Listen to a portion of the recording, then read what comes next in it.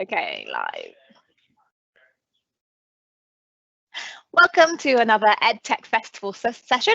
I have the pleasure of hosting Phil today, who is the Senior Director of Immersive Content at Discovery Ed.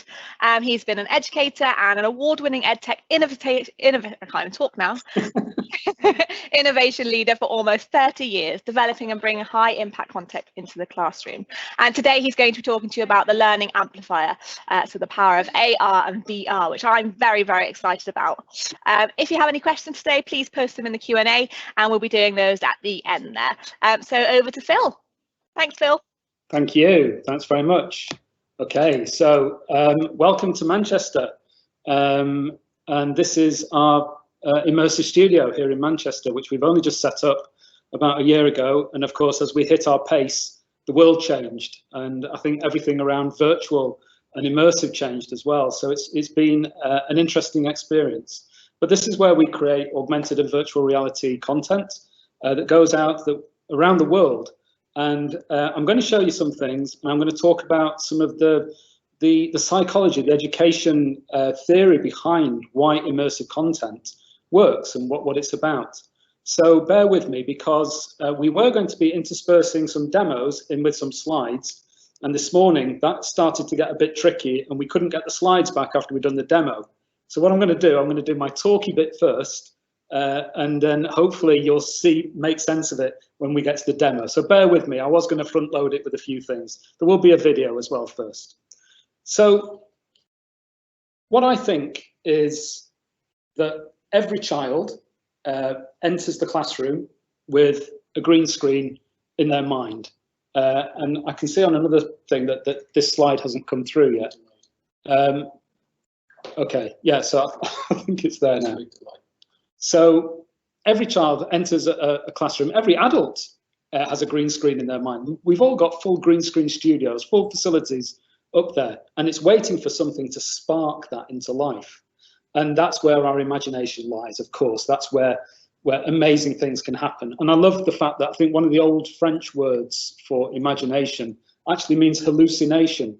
And I think that's quite appropriate. That's how powerful it can be, that we can really create these images, these movies, if you like, in our heads. So if you look at something like a book, I think a book is probably the first virtual reality headset. So the first story, the first book that you ever got into, those opening lines perhaps that captured you, it was the best of times, it was the worst of times, something like that, and it immediately drew you in. It could be a piece of music, so some music that you're really, really into, that really takes you away and really captivates you, all your senses, and it really gets you to that place you want to be. And then there's things like movies as well, where we can feel horror, jeopardy, we can feel sad, we can feel happy. We know it's not real, but our brain tells us, no, actually, that is real, that's going on, because you're reacting to it in the same way.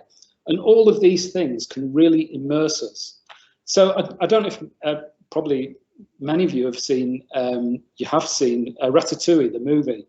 And I love the point in the movie, it's a wonderful movie, isn't it, where the food critic at one point, he gets taken back by just the taste of the ratatouille that's been made to his childhood. And you see this wonderful representation of the brain's power of immersion. It's a fantastic moment, and everything falls away for him, and he's back there. And I have similar experiences, I'm sure you do as well. So I could be walking down the street, and if I smell freshly laid tarmac, I am taken back to being 5 years old when I moved house to a brand new estate. It's all very, very exciting. And the roads have just been laid. And just the smell of that, my mind just takes me right back. I can feel it, I can see it, and the smell is the thing, the senses that can do it. So how can we capitalize on that in the classroom? Because what's happening at that point is oxytocin is being released. And that's the chemical, it's actually called the chemical of love. It's the chemical that's released in our brains when we fall in love. Now, I'm not suggesting we replicate that in the classroom, but what we are doing is it's also the trust hormone as well. So it creates a layer of trust, not just with you and the pupil, but with the learning materials in the pupil as well. And it's a very, very interesting moment, and it's fleeting. It lasts for about 10 to 20 seconds. So we've got a little window there to do something. And that's where I think And what we're seeing is that immersive technology can have a part to play. So because I've had to rejig my presentation, so I'll go into this now. I was going to talk about this. I'm not going to read this slide to you, but the slides will be available, I'm sure, so you'll be able to read this. But there is good theory behind this, and it's called cognitive attractor theory. Something happens that creates a relationship between you, the viewer, and the content in front of you. And if it's powerful enough, if it releases oxytocin, if there's enough of a happening, then actually you draw them in, and you've got a moment, you've got this disruptive moment there that you can say, right, okay, what are we going to do next? And that's really, really important. So we're using technology, virtual reality, books, sound, all kinds of senses to get them in. Because a really interesting thing is that when you're involved in this kind of approach, if you think about reading, you think about listening to music, watching a movie, they actually, watching a movie is sound, it's vision. Reading a book is just vision. And listening to music is just sound, of course. But what's happening in your mind is quite different. And actually, you're narrowing down the senses that you're using to absorb that content. So your senses are going like this, but what's happening in your mind is the opposite. So your mind is going like that. And that's what we've got to capitalize on as teachers. Sort of, right, okay, I've got it. What are we going to do next? So the cognitive cost comes down. So in other words, you've got them right there. So what are we going to do next with them?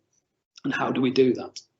So here's a video. This is, we're going to take you back to 1971.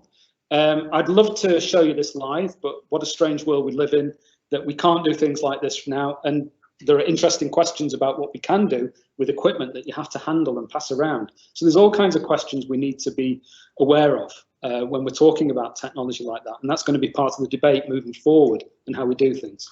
So this is through the lens of a headset. It's a very, very poor representation of what you see and what you feel when you've got this on. And this is from our impossible field trips. So this impossible field trip takes you back to 1971. It takes you onto the surface of the moon in a highly accurate representation of that landing site, and lets you walk around and interact, and lets you drive the lunar rover. So I'll just show you the video of this. And hopefully you can see it and hear it. I'm sure it's pretty poor quality. That's the nature of our world.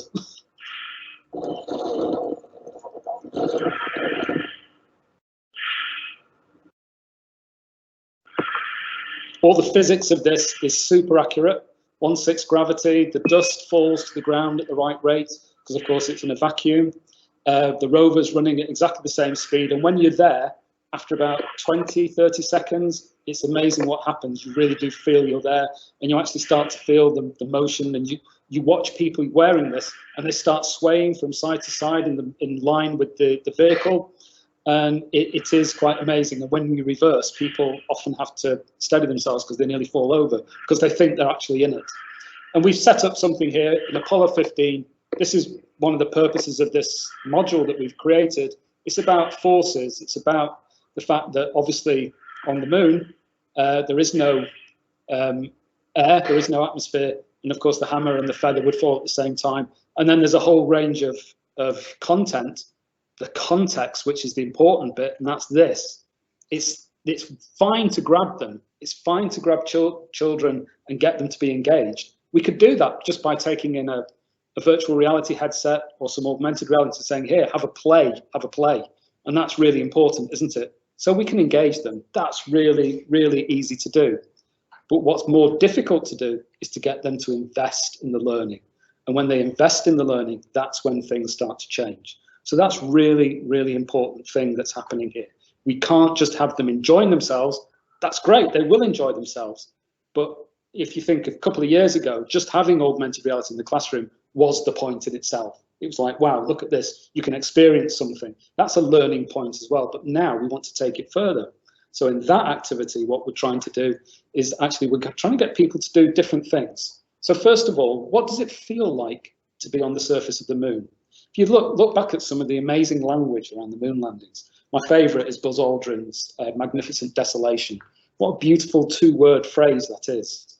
It's like, it's very counterintuitive, it's quite challenging, it's like, what does it mean, and everything, but there's a majesty, a beauty about it, and I think that's wonderful. And so if you can capture that, the audacity of going to the moon, this massive endeavor of humankind, that people, men and women, made that happen and went to the moon. That's quite something in itself. But what does it feel like to be there? How do you communicate that? Well, what we find, and this is anecdotal, and we do want to do proper research on this, is that when children come out of this, they're just fit to burst if they don't express what they've just experienced in writing, in green screen. They might go on green screen, you translate the green screen in their head to the green screen in real life, and if they can draw, they can paint, they can act, they can do all of these things. They can 3D model. Those are available to them now. Then they really have to do that, and that's a really important point. And this is what we're finding from using augmented and virtual reality. And I'm going to show you both of these technologies properly when I get to the demonstration section. Fingers crossed the technology works. That's the important thing. So something happens. It actually narrows the gap between the starting point of the learning and the end point, which is understanding, being embedded in a concept and getting something. And I remember many years ago being in a car with my son on a long journey, and he was very young. And how long have we got to go, Dad? How far? I said, oh, it's another hour and a half. And he said, well, I said, can't we make the roads shorter? And I thought, oh, that's really interesting. If you could make the road shorter, it's like, well, that would be folding space and time. That's real serious sci-fi. But that's what cognitive attractor theory is about. It's about making the road shorter between there and there. So as teachers, that gives us something we really want, which is deep learning, a bit of feeling, the desire to express, but done in a shorter time scale as well. And that's cognitive attractor theory. And that's what we work on here and how we develop our content. And we call it the learning amplifier. And what we're seeing is borne out by this, that it amplifies the speed of the learning if you pounce at the right moment. So you've got the right content, and importantly, you've got the right context. That's everything. Then you can amplify the speed of the learning. You can amplify the depth of the learning, because those children, like you, when you watch a film, you know it's not real. When you take a headset off and you've been somewhere like that, and we've got various scenarios, got some really amazing scenarios that are all highly atmospheric. They feel they've been there, that they can talk about it from a different perspective than just reading about it in a book, which is just as, it's just as valid. What I'm talking about is amplifying this effect. And it amplifies the teaching, it amplifies our teaching as well. And it amplifies the quality of the output and the outcomes. The work you get is amazing. Again, all anecdotal, lots of times I've been told by children, I love days like this when we don't do any work and they've written huge amounts of work, or they're just really there, they're really there with it. And it amplifies the encounter with the learning, and you just emerge from these immersive experiences, augmented or virtual, in different ways, ready to express themselves and ready to create. And I think that's really important too. That's a really big distinction, actually, is that technologies like this are not just about the subject matter. It's not just about learning about the Apollo 15 lunar landing mission. It's not about the significant people, the events. It's not just about forces and everything else. It's about an experience. It's about feeling that really rich connection with something. And it really does have that impact. But it takes a bit of planning, and I'm very aware of that. And that's one of the things we're trying to do here, is bring all of that together so that when you're presented with an opportunity to do something with this technology, it's actually meaningful and it works for you as well. I'm a big fan of Gartner's hype cycle, and I think it's really important to sort of be aware of this, that what happens is a technology is triggered down here, and then people get very, very excited about it. And we call that the peak of inflated expectations. And actually, this path follows a lot in life, not just the journey of technology from its trigger to its being accepted. But we get the peak of inflated expectations, where people think it's going to change the world. I've been really struck over lockdown by the number of people who thought, why aren't we delivering lessons in virtual reality? Okay, well, I could do that. I could actually do that today. I could set it up and I could see children, teachers in virtual reality. But how many would I see? And how easy would that be? And what are we going to do when we're there? And is that meaningful? Will that create the outcome we want? Or is it just yeah, it's a great experience, but is it going to give us what we need? So that's important. So we get the peak of inflated expectation. People think it's going to do amazing things. And then what happens is people like yourselves and me, we start to use this technology. And then you think, do you know what? It's great, but we've got to use the Oculus App Store to get apps. And there aren't many education apps. And it starts to slip and it starts to slide. And what happens is, my slide moves on. And what happens is that you get down here and you get to the trough of disillusionment. So this is probably all starting to feel familiar to you in lots of different ways. But the trough of disillusionment is really interesting because that's when people like us, we grab hold of it. We think, okay, I've learned. We're going to change it. We're going to do something different. Let's try it this way instead. And what happens is we start to climb up the slope of enlightenment. And eventually, if it all works out, we'll reach the plateau of productivity, which is never as high as the peak of inflated expectations. And you can test this and look at any technology, and you will see it's gone through this cycle. And it's a really good thing that if you're responsible at school for making buying decisions, someone says to you, we're going to get a class set of, do you remember voting handsets, things like that? Did that really change the world? Seemed like a great idea. It never got past the peak of inflated expectations and the trough of disillusionment. They are just not used in schools anymore. Seemed like a great idea. Actually, it probably wasn't. Well, it wasn't a great idea because they're not being used. So the trick is, are you engaging with a technology here at the peak of inflated expectations or here? Do you think this is the plateau of productivity is the peak? I won't labor it, but it's a really useful thing. And I urge you to sort of have a look at this. And when you're making those buying decisions, to just think it through as to what is going to happen. And are you prepared to innovate? Are you prepared to make mistakes and manage the risk of innovation and push it through and probably do us all a favor and be the enthusiast that drags it up the slope of enlightenment? Okay, right. So we get to the point where I'm going to stop my presentation and I'm going to switch over and I'm going to demonstrate some augmented reality. And then I'm going to show you some headsets and I'm going to demonstrate some virtual reality as well. And I'm just checking the time. Right, we're right on the money. So let's, Dan, if we can stop sharing the presentation.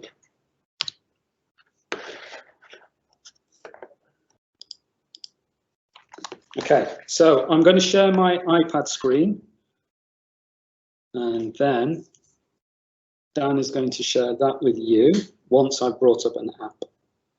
Okay, so let's start off with some fossils. Okay.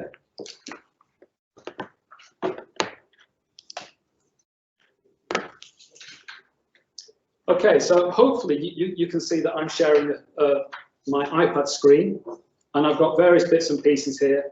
And in my hand, you can hopefully see that I'm holding a fossil. I'm holding, and you can see a virtual fossil keeps appearing. I'm holding an ammonite in my hand. And is there anyone saying they can't see it? We can see it. Okay, great. So this ammonite is 500 million years old.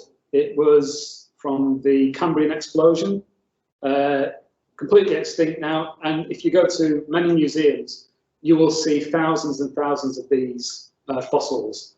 And you'll see descriptions of them. The descriptions will say it's from the Cambrian period, it'll tell you how old it is, and it will tell you its fossil and where it was found.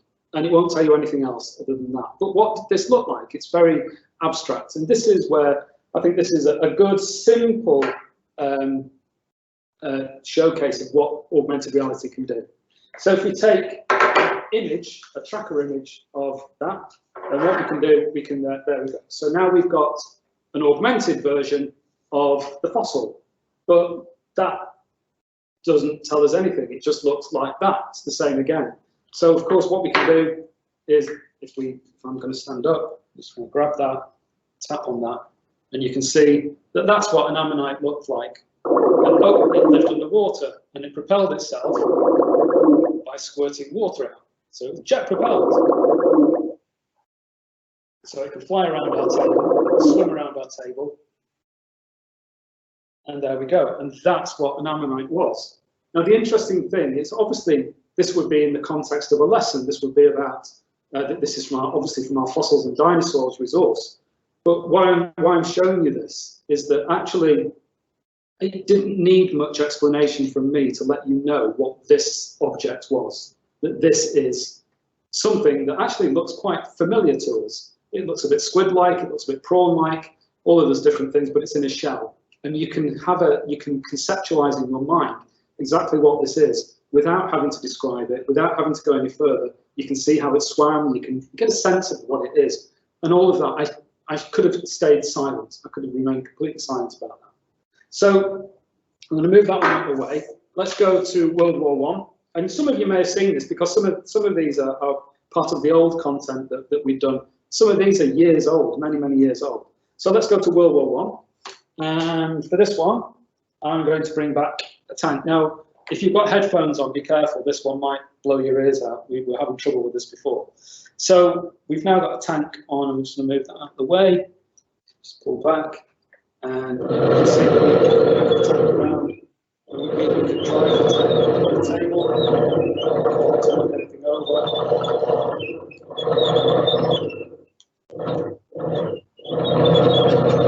And again, what we're doing, we're just creating an immediate connection between the learning materials and, of course, as part of a lesson, this would be very much contextualized. And actually, although you're looking at a tracker image, which is out of context, in a lesson environment, we'd actually be using it alongside other materials on the desk, on the table as well. And I'll come on to the whole tracker versus non-tracker thing as well shortly. So I'm just going to show you Queen Neferuarten Nefertiti. It's easy for me to say. And so we're going back to ancient Egypt. And let's see what happens. There you go. So we've got Queen Nefertiti. And this is a really, really popular one in schools. This has been downloaded thousands and thousands of times. And what we've got Queen Nefertiti from the very, very famous statue that was done by Tutmos, I think that 2,000 years ago, of Queen Nefertiti. And we can actually make a talk as well. My name is Nefertiti, and I was born 3,386 years ago. I was married to the Egyptian pharaoh Akhenaten. So we've got Queen Nefertiti telling a story. And did you realise that, obviously, by listening to her, that Queen Nefertiti was from Manchester? As an equal to my husband Akhenaten. After his death, I ruled Egypt. We had an interesting journey with this one because she used to do a full exorcist when she was first built. And she'd do a full 360. But we've fixed that. But children absolutely love this one. And one of the big tests is that at the end of it, they can all say Neferuarten Nefertiti really quickly. Because they just remember it so clearly. In Berlin. So last one to show you on tracker-based augmented reality, and then I'm going to show you, let's put Queen Nefertiti away, and then I'll show you what the latest type of augmented reality does. So this is iDig, and iDig is an app we created a long time ago. But what's lovely about having paper-based trackers is you can do things like this. So this app, you can print out individual sheets and you can stick them together and they can turn into a trench. So you can actually do some archaeology on the go. And this is one that's actually been, we've released this during lockdown. You can see we're starting to find some artifacts already. Released this for free during lockdown, and it's been downloaded, I think, 26,000 times in the past few months. And so you can start to pick things up and you can excavate and what have you. So this is a coin. So let's have a look at this coin.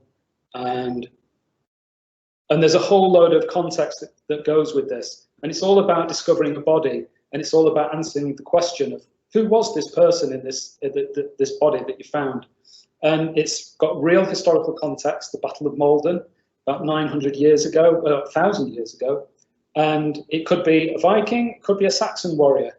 Who is it? There's no right answer, actually, but we've given you all the contextual clues to come up with something, and we've given a suggested backstory of Halvar the Viking and why the coins are significant and what's going on. So this is really very, very popular, but actually it's very, very old, and we're in the process of updating it here as well. So let's have a look at the skull. So hopefully on your screen you can see the skull of the person that was killed, and we can see what killed him. But now we can take that and actually put his skull on the table. So I'm going to walk away, and you can see that skull has remained on the table. And what's really interesting is it will find flat surfaces as well. So I can just drag this with my finger, oh, and drop him onto the floor and make him ridiculously big. And I can walk up to this skull, I can look around, and we can see what's going on. And actually, we can even get quite medical about it and go inside if we want to. You're probably not enjoying that so much back at home. But this kind of technology is really, really interesting because it just finds the surfaces. It's very, very realistic. So we can use our models to greater effect and we can get amazing results out of this. And what happens is the children start to pose next to it. So as a teacher, you could have this on your display in your classroom and you could be doing a live thing. And so this could be the carpet and the children could be sat behind this skull and they'd be looking on the display and they'd see themselves with this giant thing in front of them. And they could then use their devices, get up, have a look around it and explore this as well. So it is quite something, it's quite a leap. But this still has its value as well. The old school AR, we call it AR 1.0. It's not defunct because actually this provides context. This provides great context. It can be taken home. You could use it in display. So these things have got real use as well. So we're very keen that we should have both approaches available. And we've got some very exciting things in development that will mix and match content, that you'll be able to play with things and you'll be able to interact with them and do all kinds of stuff. It's going to be very interesting. What's coming next is very exciting. Okay, so I'm now going to go to show you this device. This is an Oculus Quest, and the Oculus Quest is fantastic because it's like a full fat virtual reality headset, but without all the cables that come out the back. And one of the problems of using this in the classroom is £399. There's problem number one. So you're not going to have a full class set of one of these. And actually, you shouldn't have a full class set of these. You should only have about 3 to 5, I would say, in a school as a bookable resource. And I know in the world we live in now, devices that you share and stick on people's heads in front of their eyes is an absolute no-no. But let's talk outside of that situation. Oculus have just released, they've released it from the boundaries of their app store, which means we will be able to, and other providers will be able to install apps on here directly without you having to go through the whole, like you do iTunes and MDM and all that kind of stuff. This will give you a route through to use these. And so that's quite an exciting development. But what's really interesting about this is that when I showed you that video of Apollo 15, you had to drive that around with a controller. You felt you were there, but with this, I can actually walk. So I'm going to show you that now. So I'm going to take a walk over this area here, and in that area, I'm going to actually set up a trench on the eve of the Battle of the Somme. So let's do that now. Right, down. So I'm just going to start it off here.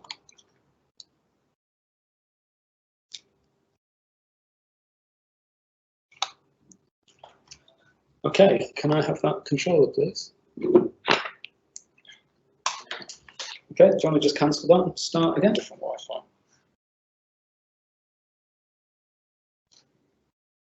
Okay, told you it was going to go wrong. Hang on. What Wi-Fi is that one? Your headset's on Sharp Project Tenants. Okay, This one is not. that's on Sharp Project Tenants too. Bear with us. There you go. We're on it. Oh, which one? No, it's Sharp Project Tenants. Tenants. One guests.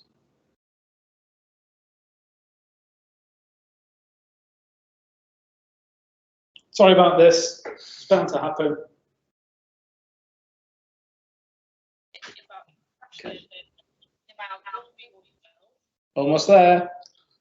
If this doesn't work, we'll can it and we'll do questions.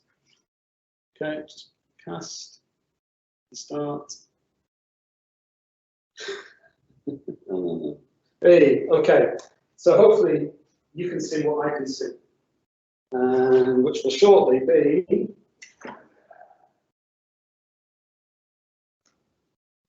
it's not going to work, is it?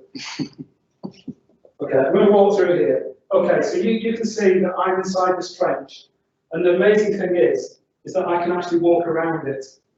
I don't have to use a controller, but I'm actually standing around and I can get close into things and look, and it really feels like I'm there.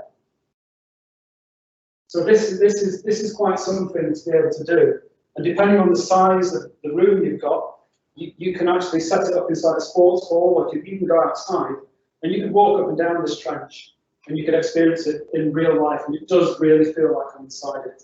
It's perfectly accurate. It's been built by the team here from the right historical documents. It's exactly as it would have been. It's the right height, everything about it. It's raining. I can hear things in my head because we've got binaural sound as well, so the sound is always in the right direction.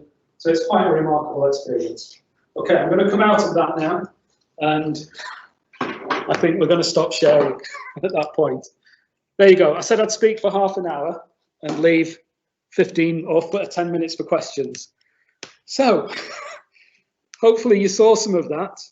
And thanks, Phil. That was amazing. I literally loved every minute of that session. I've been glued to the screen looking at all these wonderful things, and my colleagues in the background have been looking too. So it was fab. I was particularly interested in, I'm not going to attempt her name, is it Queen Nefertari? Queen Neferawat and Nefertiti. Yeah, that's it. That is so handy in classroom settings. We've actually had a question, if you could just recap what the app is, how you're doing that, how that's working. Yeah, so these obviously I'm part of Discovery Education, but my company was purchased by Discovery Education some time ago, and what I was showing you was some content that's actually out there, and some of this is in Espresso, Discovery Education Espresso now, and so you can access it through that. If you're part of London Grid for Learning, then you've got access to this content as well, because we built that in partnership with London Grid for Learning. So there are lots of routes to getting it, but these are individual apps that actually are associated with that content. Yeah, so Espresso, is that like a paid service for them to get involved with? Education Espresso is a learning platform which is changing in September, October onwards. Okay. So yeah. Great, thanks, Phil. I've got another one that says, what are the best devices to go with when looking at VR in relation to device end of life and getting the most out of what you buy? Such a good question. So this is we call it plastic cardboard, which is ridiculous, isn't it? But this is a plastic version of a Google Cardboard headset. Google have basically taken Google Cardboard to end of life. You can still download apps and you can still use them, but they won't last forever. And the apps that the software that the apps are built on won't be supported. So you've got a limited amount of time of sticking a smartphone inside a device like that and using it. Then you've got things like Class VR. I don't know if anyone's got a Class VR headset or seen them. Nothing to do with us, but Class VR sell class sets of these, and it's kind of like this, but with a built-in like a built-in phone. So it's all in one, and it allows you to do some things with it, but it's not got the power of devices like this, which is an Oculus Go, and then the Oculus Quest. And the Oculus Quest is probably the most future-proof. Not that anything is future-proof. This is the most future-proof path. Even this is now end of life, and it's only 2-3 years old. This, who knows? But new devices are coming on stream all the time. There's been a boom, an absolute boom. These were not available in shops during lockdown around the world. People have absolutely lapped up. I've been on walks in lockdown. I've played tennis in lockdown. I've gone fishing, things I never do in real life. Golf, which I don't do in real life. I've done all these things because it allowed me to be outside whilst being inside. They've been remarkably popular, and they are incredible devices to have in your classroom. Excellent, thanks, Phil. That's really great advice. I am definitely going to be looking at these in September. I've had a great time. There was just another comment, rather than a question, about connecting with you after this event, because they'd really like to use you guys in their SEND schools, because they're currently using VR, but they're finding educational content tricky. So I've got some details to pass on to you there. Yeah. But I think that's all the questions for now. I'll leave it a minute or so, just in case another one flies in, because we have got a minute or so there. But yeah, again, thank you, Phil. It's been really, really fantastic. I've really enjoyed every second, and I know the people watching have too. Great. So, sorry, it was a back to front presentation. Oh no, it didn't make a difference whatsoever. Those things coming to life were just amazing. Yeah, it does have that effect. Certainly does. And I only have a tiny little screen because of the way I'm producing your course, so everyone else must have had an even better view. So. Okay, it looks like that's the end of the questions, Okay. Phil. So I'm going to end the event there and thank everyone for coming. I may see you on the last session of the day at 2:30. And yeah, thanks once again to Phil. Okay, thanks everyone. Bye-bye. Enjoy the rest of the day.